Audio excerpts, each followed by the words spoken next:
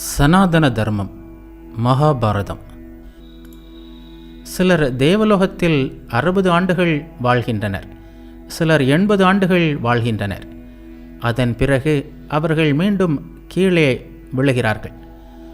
அப்படி அவர்கள் விழும்போது இராட்சச உருவில் இருக்கும் மகன்கள், பேரன்கள், உறவினர்கள் ஆகியோரால் தாக்குண்டு தங்களது இதயத்திலிருந்து விலகி தங்கள் அடிமை தலைகளை அறுப்பதில்லை.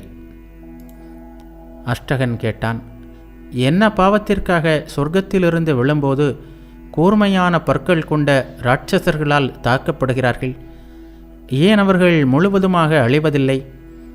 அவர்கள் எப்படி ஒரு கருவறைக்குள் புலன் உணர்வுகளுடன் புகுகிறார்கள்?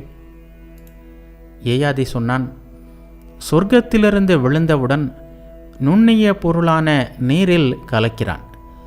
இந்த நீரே உயிர் வித்தான விந்தணுவாகிறது. பிறகு பெண்மைக்கான காலத்தில் ஒரு தாயின் கருவறைக்குள் புகுகிறது. அங்கே அது கருவாக வளர்கிறது.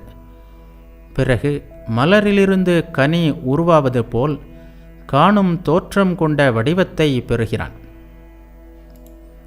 மரங்கள், செடிகள், மற்ற காய்கறி வகைகள், நீர், காற்று, பூமி, ஆகாயம் ஆகியவற்றில் இதே உயிர் நீராக இருந்து 4 கால் விலங்கினங்களாகவும் 2 கால் விலங்கினங்களாகவும் உருவாகிறது.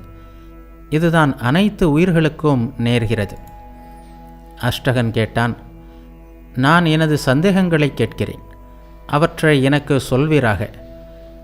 கருவறைக்குள் நுழைந்து மனித வடிவை அடையும் ஓர் உயிர் எப்படி ஒரு வடிவத்தையோ வேறு வடிவத்தையோ அடைகிறது? தனித்தன்மை வாய்ந்த உருவமும் கண்களும் காதுகளும் நினைவும் எப்படி கிடைக்கிறது?